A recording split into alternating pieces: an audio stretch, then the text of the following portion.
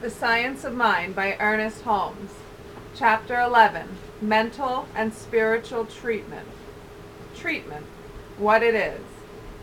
Effective mental treatment is propelled by a consciousness of love and a realization that the creative spirit is always at work. The practitioner does not feel that he must compel the force to work. It is the nature of the creative power to take form, and it is the nature of man to use it. A treatment should be given in a calm, expectant manner, and with a deep inner conviction of its reality, without any fear or any sense that the human mind must make it effective. The work is effective because the law is always in operation. The purpose of treatment. Mental or spiritual treatment should bring into actual manifestation the health and happiness which are mankind's normal and divine heritage. Such healing includes the emancipation of the mind from every form of bondage through a new concept of God, which causes the heart to beat with joy and gladness. This healing power is a consciousness of the unity of all life and the spiritual nature of all being. Man's life is rooted in the universal and the eternal, which life is none other than the life of God. The healing process, insofar as it may be termed a process, is in becoming conscious of this eternal truth. Treatment should incorporate a conscious recognition that health has always been ours, abundance has always been ours, happiness and peace have always been ours. They are ours now, for they are the very essence and truth of our being. All there is of evil, or whatever name or kind, is an inversion of eternal good. The way of treatment. In treatment, we turn entirely away from the condition, because as long as we look at it, we cannot overcome it. By thinking upon a condition, we tend to animate it with the life of our thought, and thereby it is perpetuated and magnified. Treatment is the science of inducing, within mind, concepts, acceptances, and realizations of peace, poise, power, plenty, health, happiness, and success, or whatever the particular need may be. Treatment is not willing things to happen. It is to provide within ourselves an avenue through which they may happen. Treatment opens up the avenues of thought, expands the consciousness, and lets reality through. It clarifies the mentality, removes the obstruction of thought, and lets in the light. It removes doubt and fear in the realization of the presence of spirit, and is necessary while we are confronted by obstructions or obstacles. We already live in a perfect universe, but it needs to be seen mentally before it can become a part of our experience. Every problem is primarily mental, and the answer to all problems will be found in spiritual realization.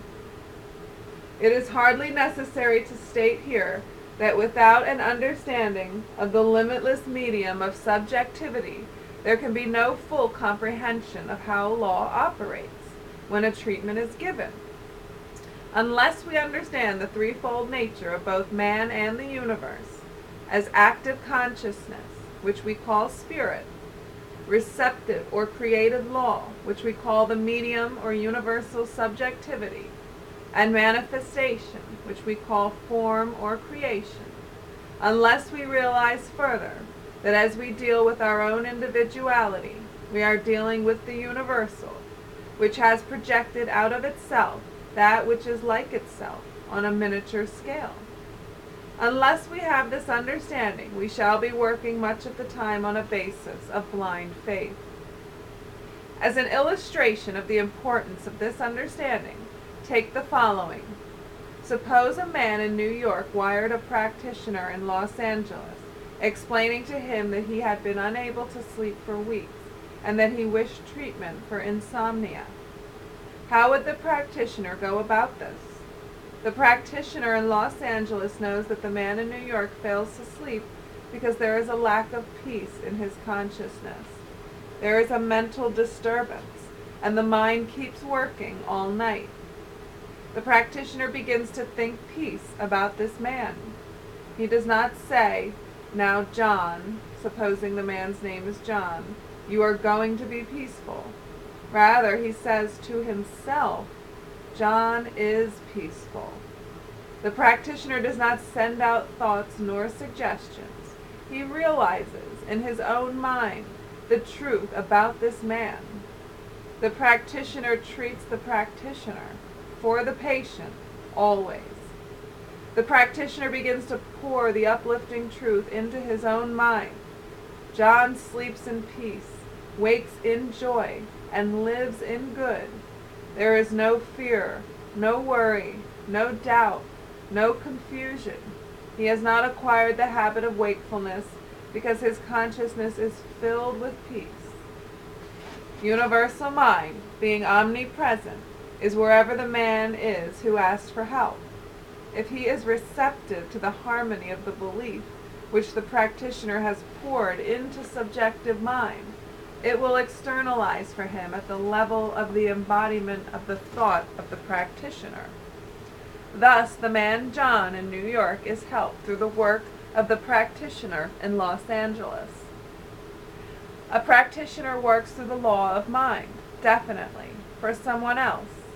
He declares the truth about the person whom he is treating, stating that this person is a divine being, complete, happy, satisfied, conscious of his own spiritual being, that this thing which is causing him to suffer now is not a law, has no right to be, is no longer effective through him, cannot suggest anything to him, that he is free from it, that this word, which the practitioner is speaking, removes any obstruction in mind or obstruction in manifestation, and allows the flow of life through this individual.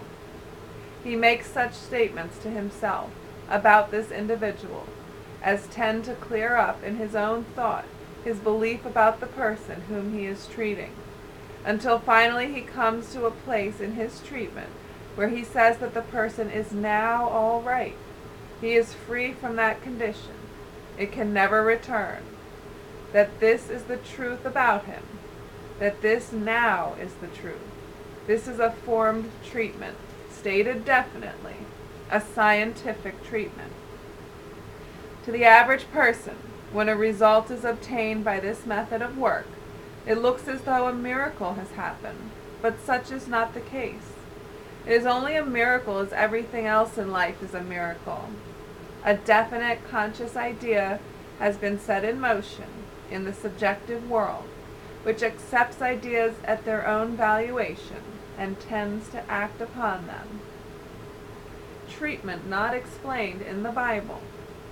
From beginning to end, in one way or another, the Bible teaches the law of cause and effect, based upon the premise that the universe is a spiritual system, that man is included in this spiritual system, that the infinite creates by the power of its word or the contemplation of its consciousness, and, as a complement to this, that man reproduces the universal on an individual scale. The Bible does not tell us how to give a treatment. It is only within the last 100 years that the science which we are studying has been given to the world. It is not an old system of thought. The old systems of thought did contain the truth, but one would never learn how to give an effective mental treatment by studying them. We would no more learn how to give a treatment by studying the Bible than we would learn how to psychoanalyze a person. The principle of spiritual treatment is implied in the Bible, as well as in other sacred writings of antiquity, but one could not learn how to give a treatment from reading any of these sacred books. From all of these sources we gain a tremendous spiritual inspiration, but they do not teach how to give a treatment. What is a practitioner? The one who attempts to heal himself or another through a recognition of the creative power of mind and the ever availability of good is a mental or spiritual practitioner. Such a one refuses to allow negative thoughts to control his consciousness. He endeavors to greet the divinity in every man he meets. The one seeking to demonstrate the power of spiritual realization in everyday affairs should believe in divine guidance. He should affirm that his mind is continually impressed with the images of right action, and that everything in his life is controlled by love, harmony, and peace, that everything he does prospers, and that the eternal energy back of all things animates everything which he undertakes. Every objective evidence contrary to good should be resolutely denied, and in its place should come a sense of right action. He should feel a unity of spirit in all people and running through all events. He should declare that the spirit within him is God, quickening into right action everything he touches, bringing the best out of all he experiences, and forever guiding and sustaining. The greatest good which his mind is able to conceive should be affirmed as a part of his everyday experience. No matter what the occupation of such a man, he is a mental and spiritual practitioner, and from such daily meditation he should venture forth into a life of action, with the will to do, the determination to be, and a joy in becoming. The professional mental and spiritual practitioner is one who has dedicated his life, his time, his energies, his intelligence to helping others through mental and spiritual means and methods. The first requisite. The first requisite for the mental and spiritual practitioner is a full sense of the sacredness of his trust, the sacredness of the confidence of his patient, which impels him to pour out his very soul. This confidence a practitioner should keep sacred, inviolate. He should no more betray this trust than would a priest who officiates at the confessional, a lawyer who handles the business and finances of his client, or a physician who cares for the physical well-being of his patients. Practitioners do meet occasionally and discuss cases, as doctors might in a clinic, but they should never mention the names nor the personal affairs of those under treatment. A practitioner's business. It is the practitioner's business to uncover God in every man. God is not sick. God is not poor. God is not unhappy. God is never afraid. God is never confused. God is never out of his place. The premise upon which all mental work is based is perfect God, perfect man, perfect being. First perfect God, then perfect man. There is a spiritual man who is never sick, who is never poor, unhappy, never confused nor afraid, who is never caught by negative thought. Browning called this the spark which a man may desecrate, but never quite lose. These are the tools of thought with which a practitioner works. Where does he do his work? In his own mind, never anywhere else. Always in his own thought. A practitioner never tries to get away from the mind within. We are practicing scientifically when the mind refuses to see the apparent condition and turns to the absolute. A scientific treatment cannot be conditioned upon anything that now exists, upon any experience less than perfection. In treatment, we turn entirely away from the relative, entirely away from that which appears to be. We might begin a treatment with the statement, "With God all things are possible. God can find a way."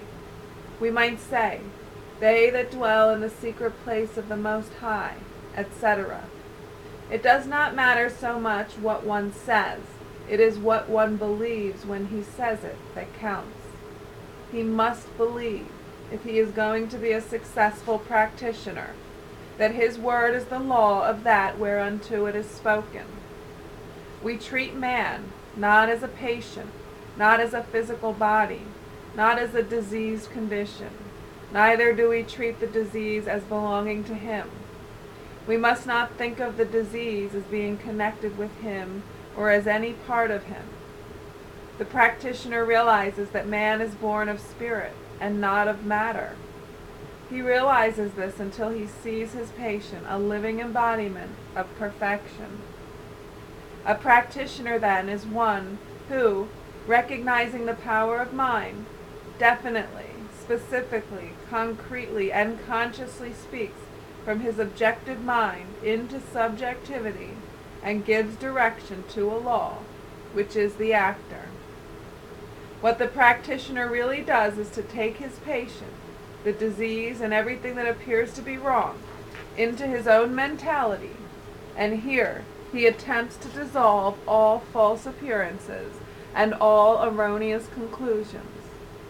At the center of the practitioner's own being, the healing work must be accomplished. The more completely the practitioner is convinced of the power of his own word, the more power his word will have.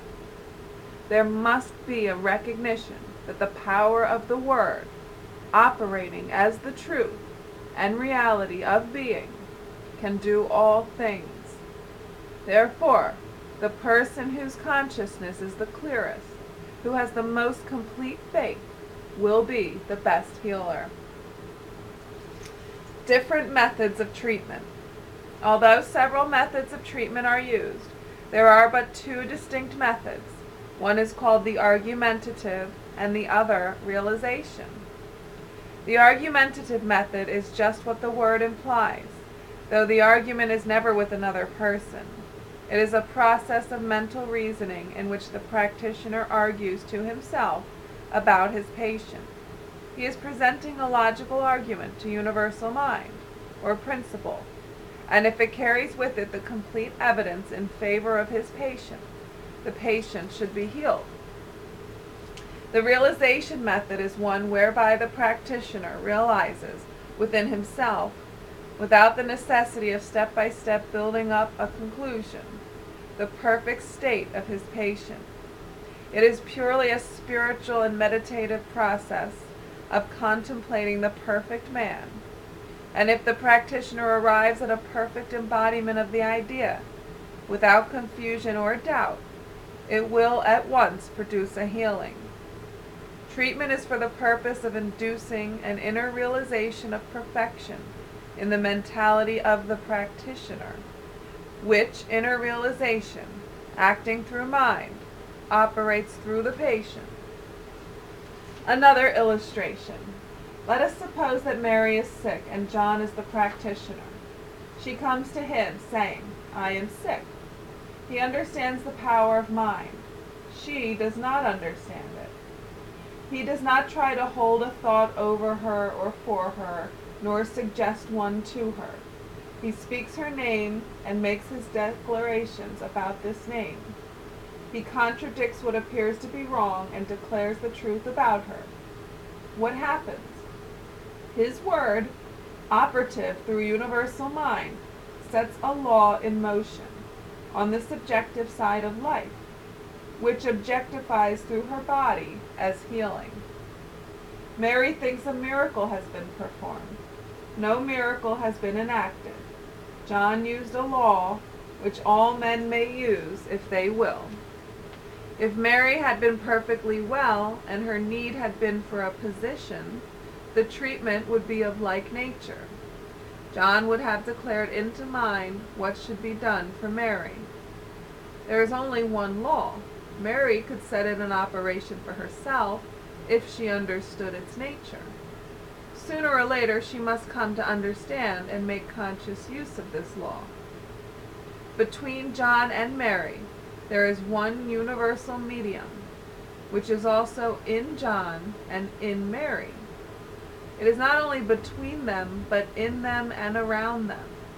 As John, right where he is, knows the truth, since there is only one, he is at the same time knowing the truth right where Mary is, because his work is operative through a field which is not divided, but a complete unit or whole. As he knows within himself, he is knowing within the same mind which operates through the person whom he mentions in his treatment, no matter where that person may be. There is no absent treatment as opposed to a present treatment. When you know in one place, you know everywhere. When you give a treatment, you never send out a thought or hold a thought or make a suggestion. A treatment is a conscious movement of thought, and the work begins and ends in the thought of the one giving the treatment. The practitioner must do the work within himself. He must know the truth within himself, and as he does this, the law unfolds. A thing which is known by any part of universal mind is known by every part of it, for it is an undivided whole. If one were treating Henry Black, who is in another city, he would say, "I am treating Henry Black of such and such a place." Then he would forget all about Henry Black as a personality and give the treatment. It is not necessary to specify the trouble. Occasionally there might be a reason to mention a thing in denying its existence, but this is not the best method. Of course, there are certain thoughts back of certain things, and a knowledge of the disease might better enable some practitioners to know what thought to deny. Another illustration of the difference between the argumentative method of treatment and the realization method will be found in the following. Mary Jones comes to John Smith and says, "I have tuberculosis." In answer to this, he states, "The word I now speak is for Mary Jones. She is perfect and complete manifestation of pure spirit, and pure spirit cannot be diseased. Consequently, she is not diseased." This is an argument in the mind of John Smith, trying to bring out the evidence in favor of Mary Jones, perfection. It is an argument which produces certain conclusions in his mind, and as a result it sets a certain law in motion for Mary Jones. As John does this day after day, he gradually becomes convinced of her spiritual perfection. This is the argumentative method of treating. All argumentative statements merely conduct the mind of the practitioner to a place where he believes what he is saying. In using the method of realization, John Smith would say, "The word that I now speak is for Mary Jones." Then he would begin to realize the perfect presence, the only perfect presence. God is all there is. There is nothing else. God is in Mary Jones. She is now a perfect being. She is now a spiritual being. It makes no difference, however, which method one uses, as each produces the same results. One method is a logical argument in the mind of the practitioner, by which he convinces himself of the truth of being. The other is the instant cutting through of all appearances to the reality back of all things. Undoubtedly, when we can pursue only the way of pure realization, we will have attained the ideal method. But since we do not at all times realize man's perfection, we go through this process called treating to find it out. Do not be afraid of this scientific approach. Do not be afraid to set down on one side all of the negative appearances, admitting them as a condition, and on the other side bringing all the arguments, one at a time, which offset these apparent conditions, and finally realization will come. This argumentative method of treatment is a series of affirmations and denials for the purpose of building up in the mind of the practitioner a state of realization and acceptance. The power is in the realization, but there is also power in the argument. The one giving the treatment believes that there is a power and a presence that responds to his thought. No matter what all the world believes, no matter what anyone says, he must believe that this power does respond to his word.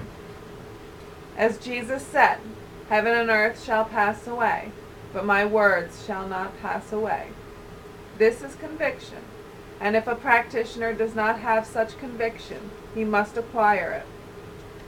After much experience, he will learn how best to build up a faith in the power of spirit.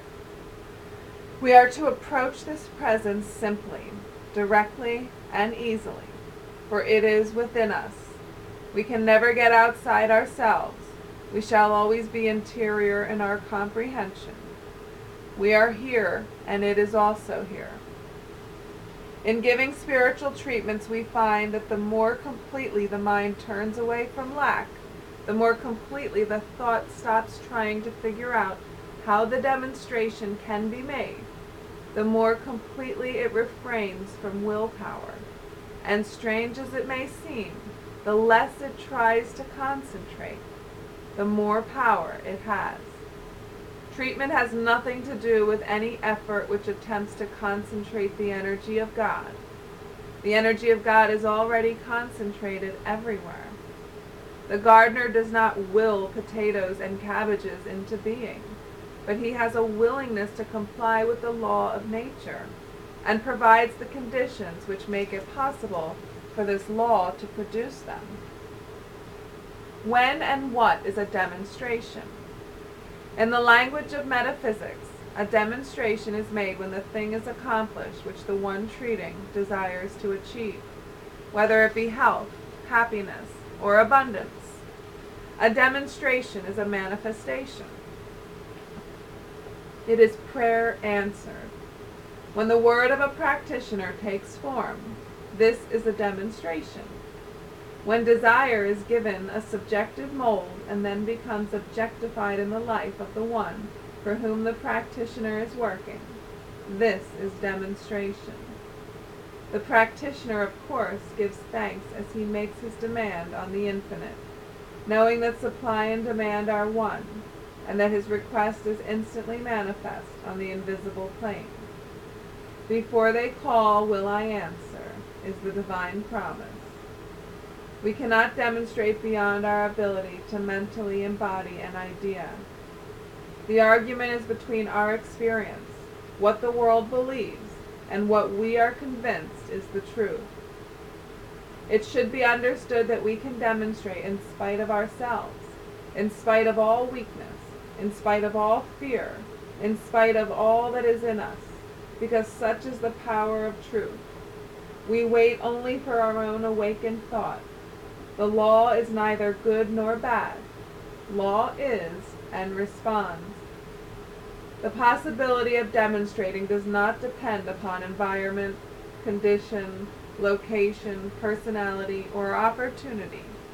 It depends solely upon our belief and our acceptance, and our willingness to comply with the law through which all good comes. The universe will never deny us anything, unless we concede that it is possible for us to think of something that is impossible for the universe to produce. Everyone who asks receives, according to his belief. Let us not fool ourselves. But we should not fool ourselves about any demonstration. We know there is a state of consciousness which can heal instantly, but if we do not arrive at this in a moment, we should never admit defeat. Let us not despise our sums in addition because we cannot at the outset extract the cube root. The kind of demonstration we believe in is the kind that can be checked by a physician if one so desires. If we are treating for the removal of cancer, we have not made a demonstration until the cancer is gone and the wholeness of the body is evident to everyone. This is not a process of saying peace when there is no peace. A practitioner working for one whose blood pressure is high might say go every week or so and have your blood pressure tested. If one's blood pressure is high, a demonstration will not have been made until it is reduced to normal. To claim that he is perfectly normal while the blood pressure remains high would be to affront the intelligence of any sane individual. While it is possible that we might have to work on a case for some time, there should be some sign of improvement from the first treatment. If the practitioner admits to himself that it is going to take a long time, he is losing sight of the fact that he is dealing with the instantaneous now and the ever-present here. Our theory rests entirely upon the supposition that it is impossible to have a true subjective concept without there being a positive, absolute, and equal objective fact. The two will exactly balance. For every action there is always an opposite and equal reaction. If this is true and the equal and opposite reaction is automatic, like a reflection which nothing can stop, then the practitioner does not try to create the reflection. He tries to embody the image. There cannot be an embodiment of the image without the appreciation of what the image means. A man who is always distraught can never give a good treatment for peace. So there must not only be the image in the man's mind who is giving the treatment, but there must be an appreciation of what the image means before the image can reflect itself. Otherwise, it is a word and not an embodiment. There is a great difference between the two. The word which carries power is the one which has conviction back of it. Let us not blithely repeat words and say the treatment has gone forth and the healing work accomplished, unless we have the evidence that our word has accomplished that whereunto it was sent. Let us not deceive ourselves about our treatments. This matter of self-deception about the truth of a demonstration is the most prolific field for delusion in our system of thought. There is nothing in all our teaching which calls for lying to ourselves or others. The more natural we can be, the more spontaneous we can be, and the more we can discharge the obligation of giving the treatment without taking on the responsibility of healing the condition, of putting the power into the treatment, the more power we shall have. There is nothing in the world more specific than a scientific treatment, but there is nothing that should be so released from outline as a scientific treatment. However, there is no secret in this business of demonstrating. The only secret is the persistent ability to use the law and the determination to continue to use it until we prove it. End of chapter 11. And in synopsis of chapter 11, now we are getting into spiritual mind treatment. This is how we are going to apply this science into our everyday life. And this is getting very exciting. And Ernest makes it clear what a practitioner is. A practitioner is somebody who uses the science of mind and the principles of the mind to produce a healing or positive conditions in their own life or in the life of other people. And a treatment is when you have a consciousness of love and a realization that the creative spirit is always at work, and you realize that you have the power to direct your thought or your word, and you can plant your word into the creative soil of the law, and that the effect will be already inherent within the cause. So it's like the meaning of Alpha and Omega. The beginning and the end are the same thing. When you speak your word, then you are pouring your substance into the mold, and then the outcome will be automatic. You don't have to compel the outcome. The outcome is inherent in the treatment. So that's the consciousness you take in when you're doing a treatment. And you don't bring any of the conditions with you. You start from a place that's absolute. You go into the consciousness of God. You go into the consciousness of having a blank slate. You're not carrying the condition in with you into the treatment. You're seeing yourself or the person you're treating for as pure spirit. You're not seeing them as having a condition. And he talks about the different types of treatment, the argumentative method and the realization method. And both of them are effective, and in different situations you might need to use different styles. I like both styles of treatment.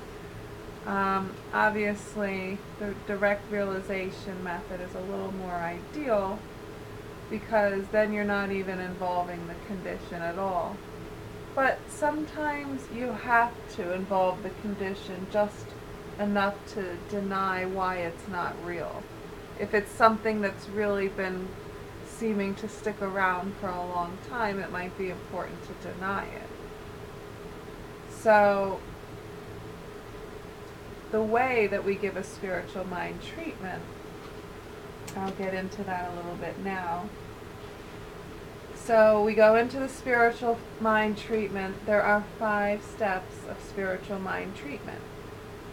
The first is called recognition. Recognition is when we're realizing the spiritual aspect of ourselves and all people. So when we're giving a treatment, say we're giving a treatment for prosperity, and say we're treating ourselves to be prosperous. First, we have to do the recognition phase, and this is where we are recognizing God. We are recognizing that God is unlimited, that God is infinite, that God is abundant, that God is the author of prosperity, and we know that God is everywhere present. We know that God is all-knowing, and we know that God is all-powerful, and we know that God has unending substance, and we describe as much as we want to about the nature of God as it relates to prosperity, or whatever we're treating for. If we were treating for health, we would say that God is perfection, God is the unlimited stream of well-being that flows through the universe and through all people and is everywhere present. So we sort of tailor our recognition of God to whatever we're treating for. So first we would state our purpose, then we would go into the recognition. And then the next phase would be unification. And this is where we are now unifying ourselves with God. If I'm treating myself for prosperity, all these things I said about God being everywhere present, all-powerful, God having unending substance and supply, now I would say, and I am in the mind of God. I live and move and have my being in God. I was created out of God's own substance, in God's image and God's likeness. And I was bestowed with these manifesting powers. Through the power of my word, I can declare the truth, and all that is true of God is true of me. I have unlimited substance. I have unlimited power. Being in the mind of God, I can draw an unlimited amount of substance to myself through the power of my consciousness. Right now, I am unlimited in abundance. Right now, I am unlimited in prosperity. And you would connect yourself now with God. Everything that's true of God is true of you because you're in the mind of God. And the power of God is flowing through your words. And then the third step in our treatment would be realization. And this treatment method, by the way, is the direct realization method.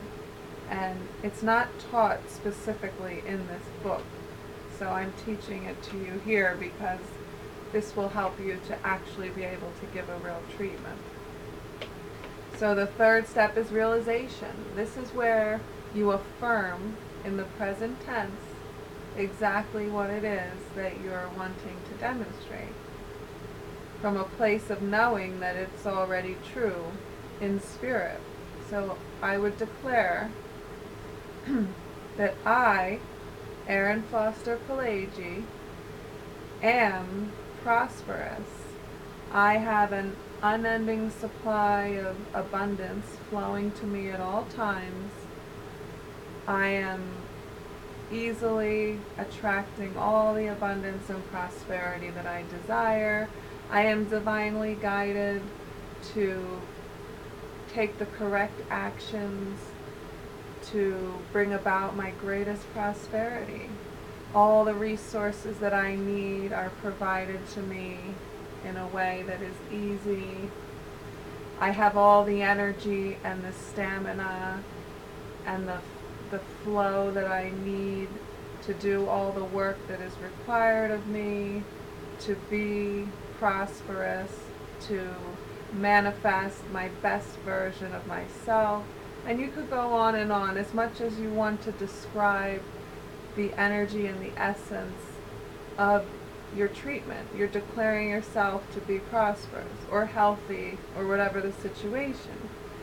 And it's not so much about the words you say, but about embodying the essence of it and feeling it and bringing yourself into alignment with that energy of prosperity. So once you've said enough that you feel that you have that embodiment, you can go on to the next stage, which is called Thanksgiving. And this is where we are giving thanks and gratitude because we have realized that we already have what it is that we're praying for. So I would go on to describe that I give thanks to the universe that it has provided for me so lavishly and so abundantly. And I'm so grateful to know that it is my divine inheritance, that I am a wealthy child of God, that I am deserving of all prosperity, and that there is nothing that can hinder my prosperity from coming to me. And this is where you might also want to throw in some of these denials or the argumentative method. If there are any false beliefs that have been blocking my prosperity, they are removed now by the power of truth, by the power of this word.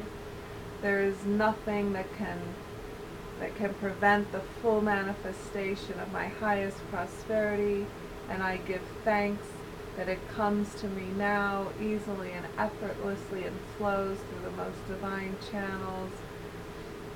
I am open, I am receptive, I give thanks for it.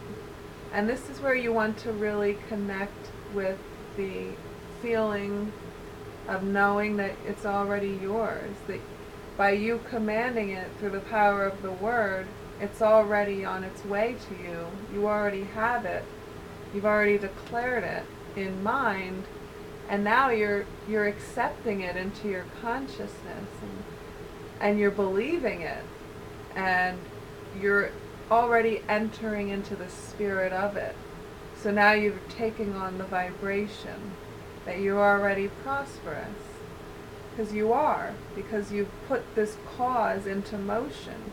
You've set the law in motion, and it's already a living entity. It's a working principle. And then the fifth stage, which is the most important stage, and this is the one that's sometimes the trickiest part, is called release. And this is where you have to now release it out of your consciousness, out of your mind.